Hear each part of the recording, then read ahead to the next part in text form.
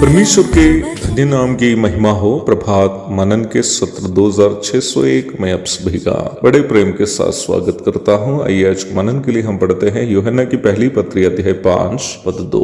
जब हम परमेश्वर से प्रेम रखते हैं और उसकी आज्ञाओं को मानते हैं तो इसी से हम जानते हैं कि हम परमेश्वर की संतानों से प्रेम रखते हैं। कई वर्षों के पूर्व परमेश्वर का एक दास परमेश्वर के प्रेम के बारे में जो कहा था मैं अभी भी याद कर रहा हूँ। उनका कहना यह था कि हम कितना अपने भाई बहनों से प्रेम करते हैं उससे ये पता चलता है कि हम कितना परमेश्वर से प्रेम करते हैं। How much we love God is known through how much we love our brother. Yuhanna की इस पत्री के अध्ययन के दरमियान आप भी ये बात अवश्य समझ लिए होंगे कि ठीक वही बात जो उस परमेश्वर का दास कही थी यह यूहन्ना भी कह रहा है। मसीह में जो हमारे भाई बहन हैं उनसे प्रेम करना हमारे लिए केवल कोई विकल्प नहीं है बल्कि हमारा दायित्व है। जैसे बच्चों की देखरेख करनी माता पिता का दायित्व है या माता पिता के अधीन रहना बच्चों का दायित्व है, ऐसा ही मसीह में हमारे जो भाई बहन हैं उनसे प्रेम करना हमारा दायित्व है। हम निम्न दायित्व से कभी भी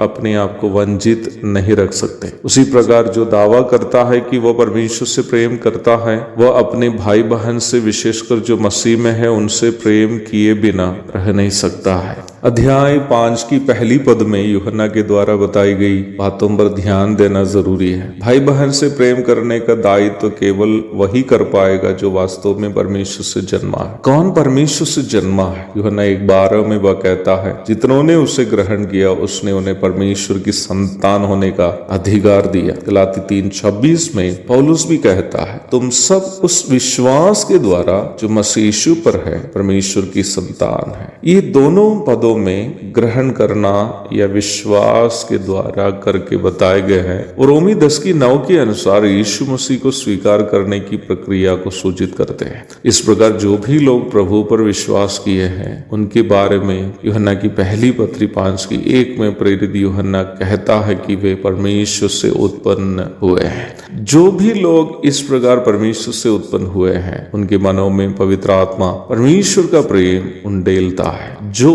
उस व्यक्ति को पहले परमेश्वर से और फिर परमेश्वर के कारण दूसरों से भी प्रेम करने के लिए प्रेरित करता है। रोमी 5:5, 8:35 से 39 तक, अध्याय 12:9 से 20 तक। जो व्यक्ति विश्वास के द्वारा परमेश्वर की संतान बन गया है वो स्वाभाविक रूप में परमेश्वर की आज्ञाओं का पालन करने हेतु प्रेरित हो जाता है। यह कार्य उनके अंदर पवित्र आत्मा करता है। प्रभु के द्वारा दी गई 2 महत्वपूर्ण आज्ञाओं में दूसरी महत्वपूर्ण आज्ञा अपने पड़ोसी से अपने समान प्रेम करना है। मत्ती अध्याय 22:36 से 39 तक। वास्तव में ये दोनों 2 आज्ञा नहीं है बल्कि एक ही आज्ञा के 2 परिप्रेक्ष्य है। अर्थात यदि हम परमेश्वर से प्रेम करते हैं तो एक दूसरे से प्रेम किए बिना हम नहीं रह सकते।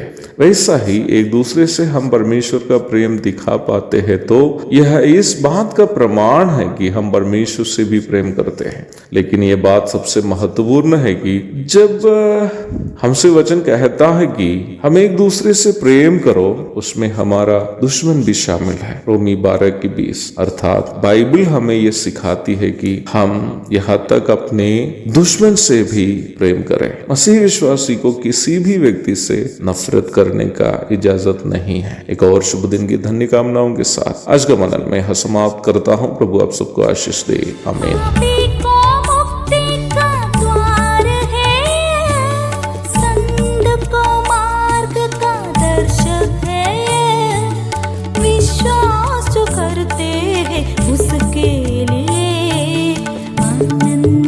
जीवन का साधन है ये।